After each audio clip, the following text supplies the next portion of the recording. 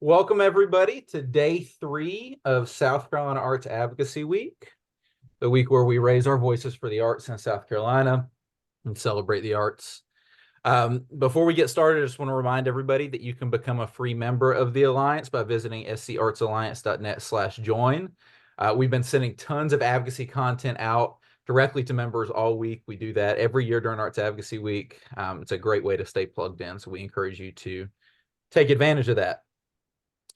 So this is the third in our series of discussions for Arts Advocacy Week. Today we're going to be spotlighting some communities in South Carolina that are really putting the arts front and center.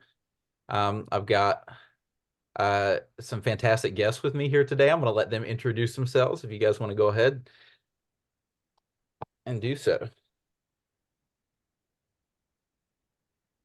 I'll start. I'm Melanie Cooper. I'm with the Arts Council of York County in York County, South Carolina. We are based in Rock Hill on Main Street. We actually have 2 buildings there, the Center for the Arts and the Thomas Geddes Center. But we serve the entire community. We serve all of York County. So we do programming and outreach in Fort Mill, Clover, York, McConnell, Sharon, and produce all different kinds of events. We have art galleries, we have artist studios. We also partner with Visit York County and a few other groups to produce the Ag and Art Tour of York County. The Arts Council every year produces a blues and jazz festival as well as a film festival. So we are a very busy organization doing a lot of different things with our community. Fantastic. And I'm Dan Mayer. I'm the president CEO at the Chapman Cultural Center.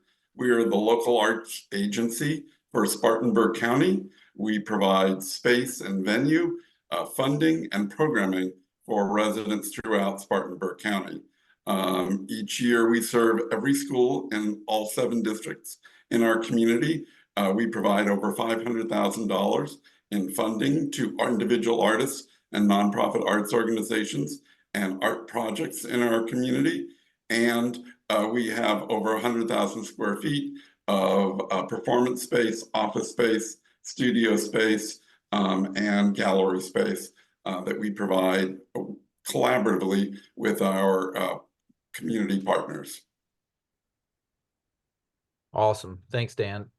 So both of your organizations are definitely a pillar in the communities in which you guys live. Can you each tell us a little bit about the community that you serve? Maybe talk about what makes it unique or what makes it a great place to live. Well, York County is unique in that it is just below Charlotte. We have a major metropolitan area just above us, and there you can get Broadway shows. You can get acts like Taylor Swift and Pink. You can go see all of that. Here in York County, we serve the suburbs. We also serve a rural community. It's funny because when you're sitting here in Rock Hill, you forget that you drive 10 minutes off of Main Street and you've hit farmland. So we're looking at lots of different demographics and folks that we're working with. So it's a really different community to work in, but a really fun community to work in. And Spartanburg County is part of the upstate. It's one of 10 counties in the upstate. And what sort of a hallmark of Spartanburg County is economic development. We are the home of a lot of large companies that have moved here or expanded their operations recently in the area. We also are a combination of an urban environment here in Spartanburg and a more rural environment in the towns throughout the county. So we serve both the city of Spartanburg as well as all the communities in the county. It's a mix of manufacturing and a lot of a variety of other businesses, both here and moving to the upstate and Spartanburg in particular. Awesome. And as I told you both already, this is kind of a full circle moment for me because I was born and raised in York County, and I moved to Spartanburg County a couple years ago. So not planned that way, but I think it says something that both of those communities have these staple arts organizations, and really put the arts front and center. That's obviously important to me. And it's why I love living in York County, and it's why I love living in Spartanburg County. Can you guys talk a little bit about the role that your organization plays in your community? In what ways are you connected directly with the community? Go ahead, Dan. We're connected to the community in a lot of different ways. One way that I haven't mentioned is we're also in charge of the cultural district downtown. So that means we provide performances, provide marketing, provide a lot of different opportunities for people coming to downtown to participate in the arts. And that is part of our economic impact strategy, is to really focus on the downtown area. That said, we work with festivals and communities throughout the region, really providing grants to individual artists who live throughout the county, arts organizations throughout the county, and to schools. We have a large school program called the Muse Machine, which is both performances and residencies in schools throughout the county. We have teacher training programs that bring people from around the state to Spartanburg for teacher trainings. We have a wide variety of different programs that we provide, but really we are both the center for making clear the value of the arts, but we're also the center for promoting participation in the arts, and the center for advocating on the centrality of the arts to the quality of life that we have here in our community. It's a very unique organization in that for the size of community we are, it's a very large organization with a lot of different programs, and it's really unique in the state and perhaps in the region, in that we are the oldest arts council in the state, and we are have a very stable base of operations where we can really partner with a variety of different people to promote the value of art in all our lives. And if you didn't hear Dan before, there are 7 school districts in Spartanburg County, so it's a tall order. I think it's fantastic that you guys are able to connect with all of them. Yeah, it's an important part of what we do, that lifelong learning in the art starts pre-K actually, and really goes all the way up through programs we have for seniors, for the whole range of different communities and populations throughout our region. Fantastic. Melanie, tell us about York County. So similar to Spartanburg and the Chapman Cultural Center, the Arts Council of York County also works with the school districts. We do several different art shows here in the galleries featuring the school's artwork, and then partner to bring in performances to their stages so that they've got that kind of educational opportunities. A lot of times those programs go along with books that they're reading or topics that they're discussing throughout the school year. So we work with the school staffs to make sure that we're making those connections. We also work, like the Chapman Cultural Center, we are one of the managing partners of the cultural district here in Rock Hill. Downtown Rock Hill was named the first cultural district in South Carolina. It was something that our former executive director, as soon as she heard about the initiative, kind of jumped on it and made sure that we were involved with it. It's been really fantastic to be a part of that, because we've been able to really see how the arts have impacted the downtown area of Rock Hill. A lot of folks who've been here may remember from back in the 80s and 90s when there was a roof over Main Street. And when the roof came off, the arts remained a part of the downtown area and have helped revitalize as those efforts have taken place. So the cultural district has brought a spotlight to that. We also play a large part in advocacy through participating in different committees and event planning organizations. So we're a part of the placemaking committee with the Rock Hill Economic Development Corp. We're on the board of Christmasville, and we are a part of conversations with stormwater projects over in Fort Mill as well. So we make sure that we are not just talking with our general public, but we're also on a very regular basis working with our community's governments to make sure that the arts are incorporated in their thought processes as they're developing as well. I heard you both mention some of the same things when it comes to, you know, the arts and quality of life, and community development. You know, I grew up in York County. I went to school at Winthrop, and even in the past 10 years, the change in Rock Hill alone has been incredible. And Melanie's right, the arts have certainly been at the center of that. In fact, that was intentional. And that's, you know, what I mentioned to you guys before we got on this call, that the leaders in charge of that development said the arts have to be part of this plan, because this is what brings people here. This is what keeps people here. And we're certainly seeing that come to life. All right.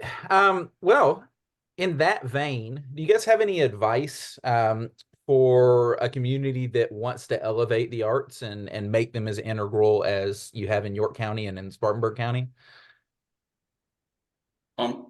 I would say that the first thing to do is to listen, to go to community leaders, go to other organizations, and really listen about what their needs are. Often through conversation, we learn more about how the arts can be used to amplify the work being done in our community. So we went to a recent, we've had some meetings with a homeless shelter here, and we met with them and said, what can we do to bring the art to your community? And they were like, well, we use art therapy. We use art as a way of demonstrating the value of what we do. How can you partner with us? So that was really listening to what their needs were and how they use the arts already, and then providing an opportunity to amplify and help them market that to a broader community as both art and social service. So really it's finding those connections that exist everywhere in our community, be it a poster contest for Martin Luther King Day, or a Juneteenth celebration, or a school doing work in a mural. And there are a lot of different ways in which we can partner with arts organizations and non-arts organizations and really build both their impact as well as our own by collaborating with them. I think that collaboration is really key to growing the footprint or role of and visibility for the arts. I have to agree with that. For us, our kind of the way that we've been able to build inroads are through our partnerships, are through listening to our community, are through working with those organizations who aren't necessarily arts-based to infuse their programming with the arts. Like the Chapman Cultural Center, we worked with one of our homeless organizations here to help them tell the stories of the people that they are working with, the people that they're helping. And they were able to create an art gallery with narratives and then provide opportunities for folks to fulfill wish list items that they might have. So it becomes a more engaging story, a more engaging space to come into when you're not just walking into the business spaces. So we've been able to kind of build the inroads by becoming a part of the community, by not just saying, you know, we're going to do this, you need to come to us. We look to come to you. And I would add that it's really not just the nonprofit sector as well. We work a lot with individual artists. We have a monthly program called Creative Conversations that's business development for small creative businesses in our community.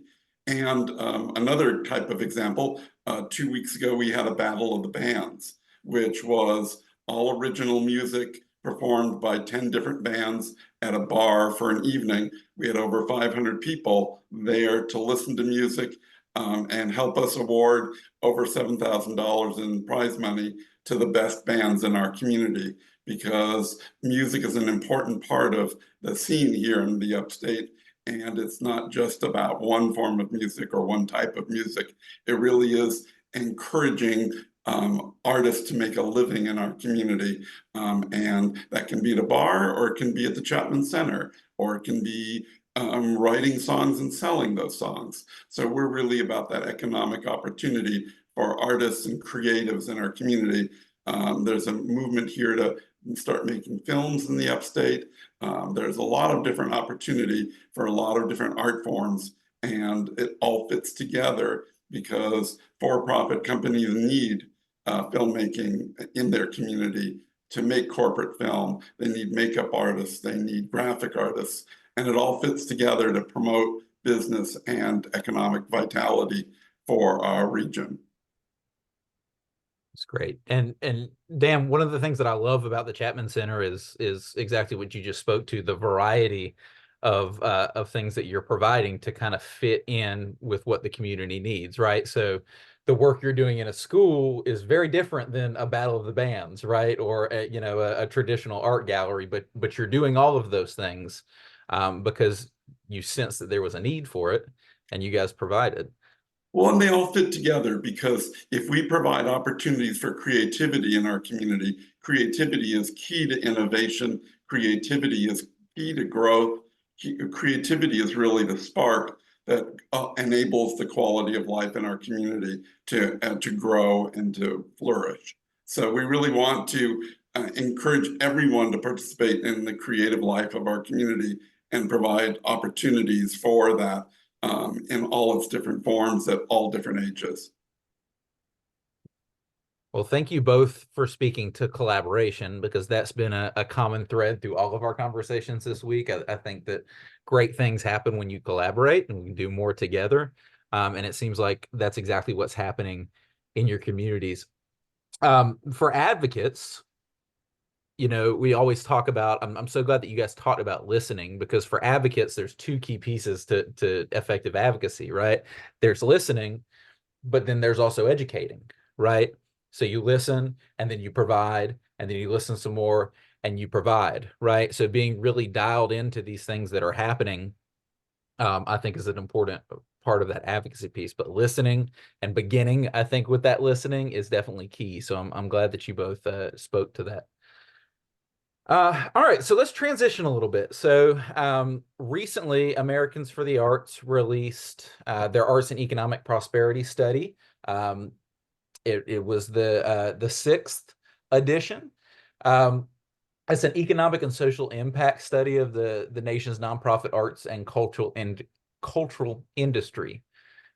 It's the largest and most inclusive study of its kind. They surveyed 373 regions from across all 50 states and Puerto Rico, and those communities' populations ranged from 4,000 to 4 million, rural, suburban, large urban communities. So it's really, really an expansive study.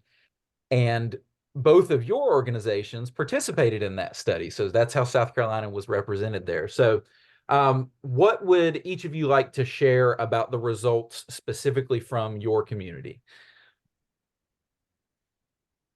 We were surprised. We were afraid that coming out of COVID, we were going to see a dip in everything.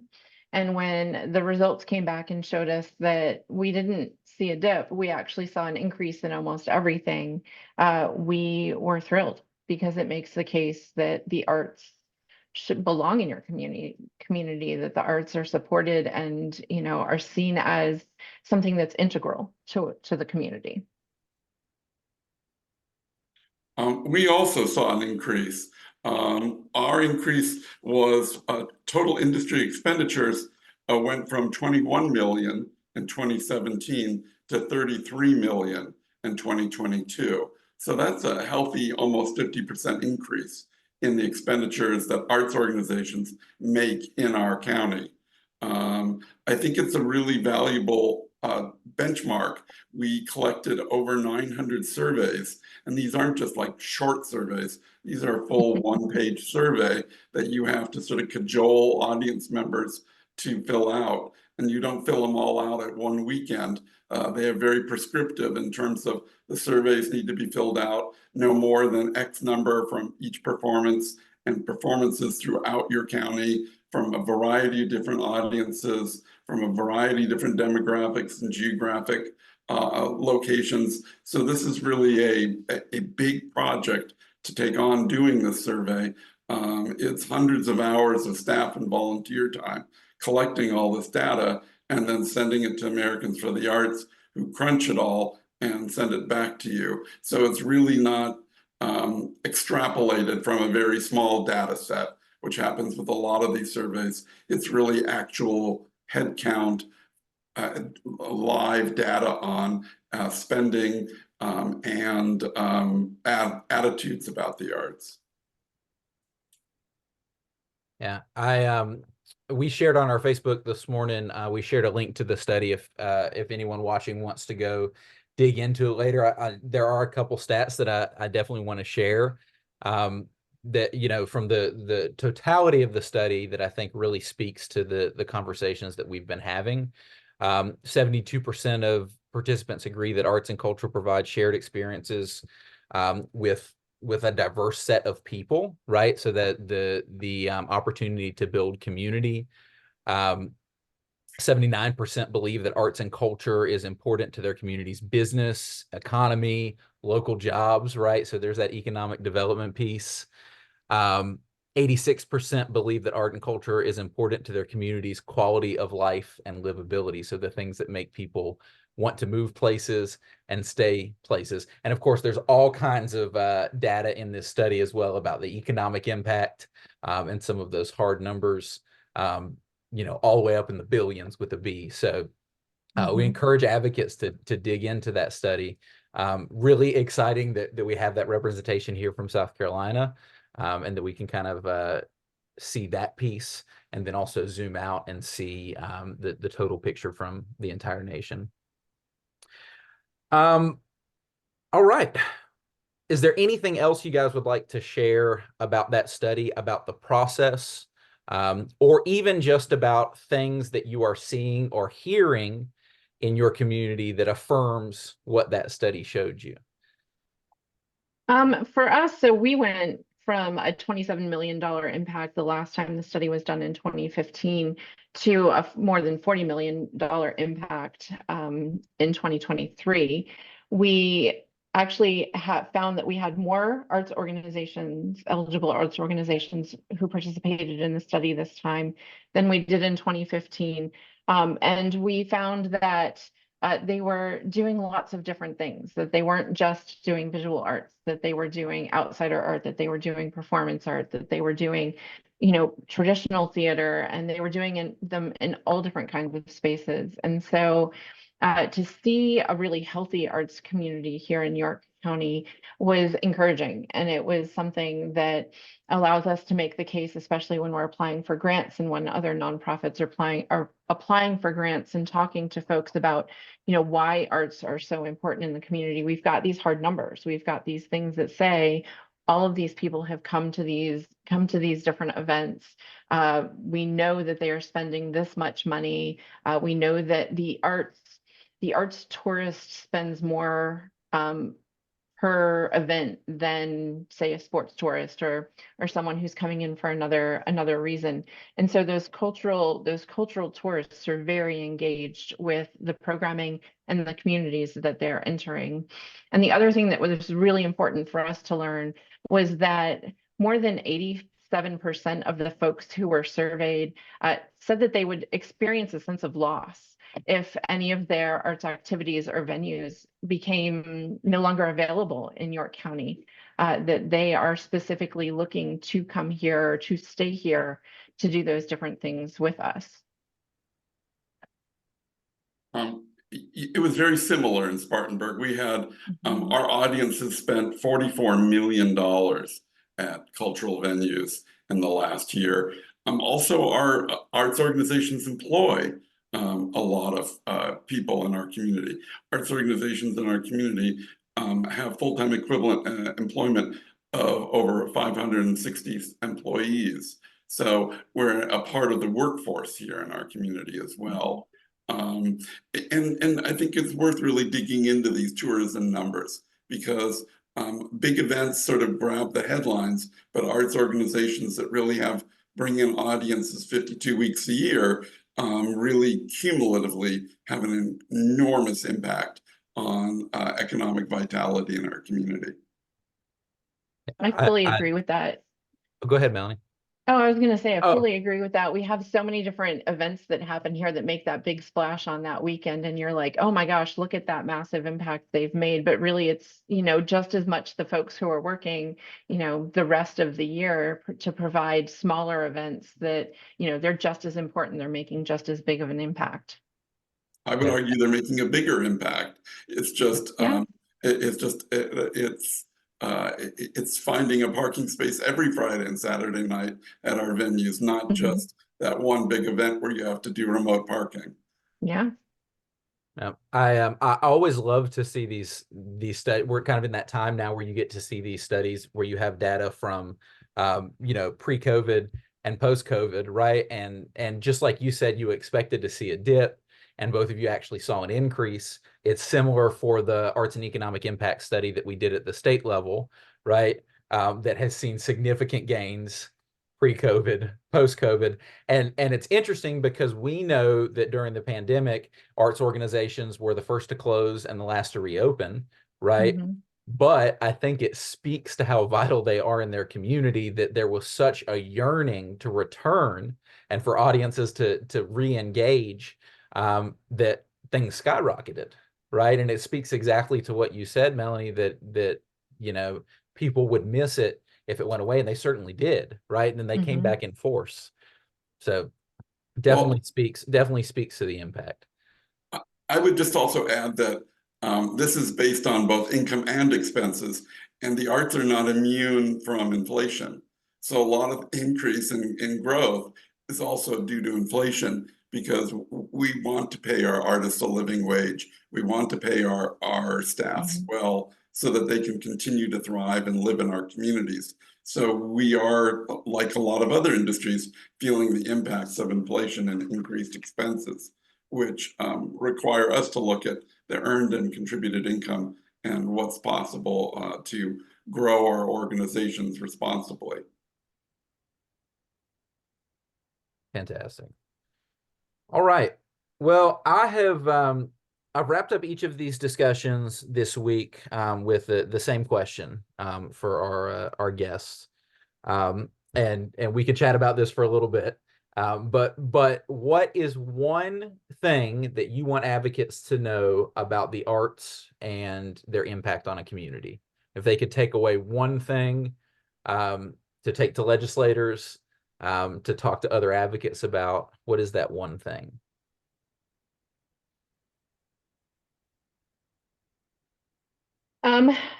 So I think a huge thing for us, especially in this area, is that folks need to remember that the arts are a business. They're not just going to a concert and having a great time. Well, they are that. They are a business. That we are here, we're, looking to make money for the community, to put money back into the community, to work with community partners, and that we are, here to provide those really fun services, but we are doing it as a business. That, people can make a living doing this, they can make this their full-time job, and that they are contributing back to the taxes and all of the good things that our folks in the city, state, and local legislatures are looking for. I would say that the one thing that pandemic taught us was that community is very important, and that gathering as a community and having shared experiences as a community is really key.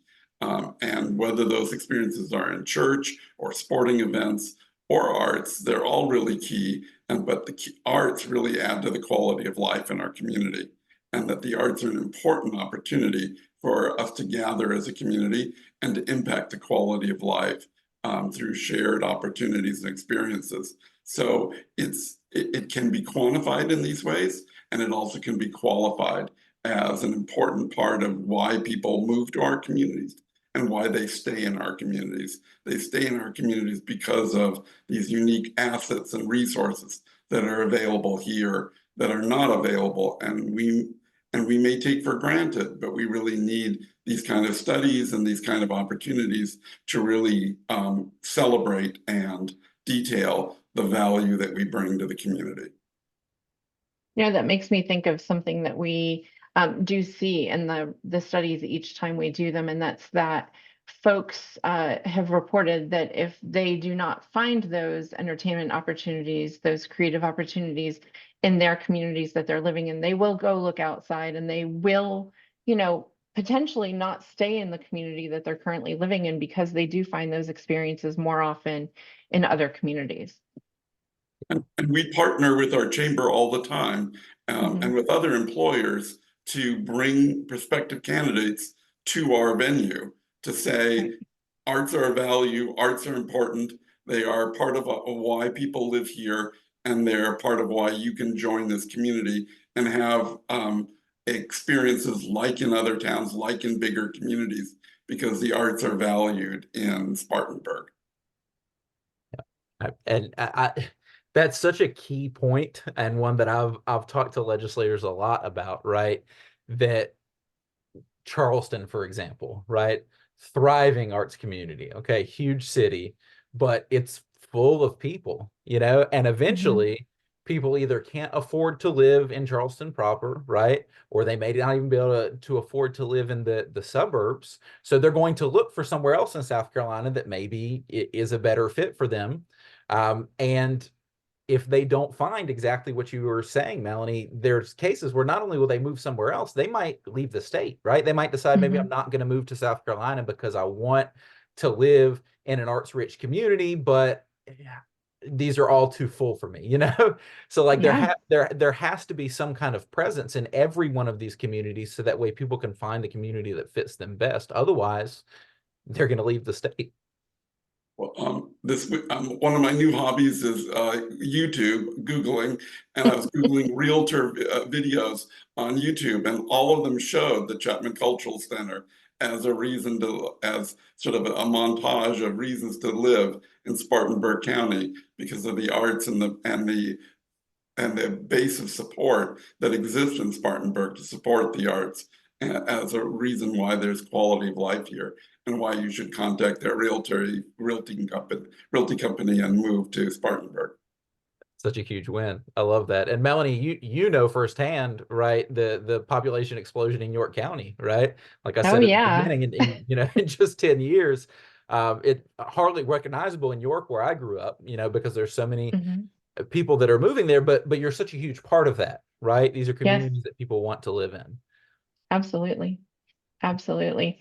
And Fort Mill I moved to Fort Mill back in 2009, and we've moved kind of 7 minutes down the road since we moved here. And the community that we moved into is brand new homes with 1,200 homes in it or something like that. And there's no signs of that slowing down anywhere in the county. It's new folks moving to the county who are interested in participating in what we've got going on. I mean, we've got such a unique community here because we don't just have the arts, we also have we kind of call it like the community of odd sports. We've got a velodrome, we've got a BMX track. We are the home of Innova and disc golf. We host the disc golf championships here, and we partner with all of those. And folks are coming here because of that. They're coming here because we have the arts, because we have these unique experiences, and the county is just it's exploding. That's great. That's great. All right. Well, for advocates, I hope that you will take away some of the things you've heard in this discussion today and also earlier in the week. Tomorrow on our Facebook, we're going to be sharing a link that you can use to contact your legislator. We've got a template drawn up so you don't have to think too much about the message, but obviously you can alter it and add your own story and talk about these things. So we hope that you'll all engage with that. Tomorrow is South Carolina Arts Day. It is the most important day for arts advocates of the year. We'll have over 100 advocates at the State House. I think both of you will be there tomorrow. So whether you're with us in person or you're at home, we hope you'll engage and raise your voice for the arts. Dan and Melanie, thank you so much for joining us today. This was great. Yeah. And it has really enhanced this week. We really appreciate it. Thanks for having us. Happy to speak out for the arts. Mhm. All right. Bye, everybody. Take care. Thank Yeah. you.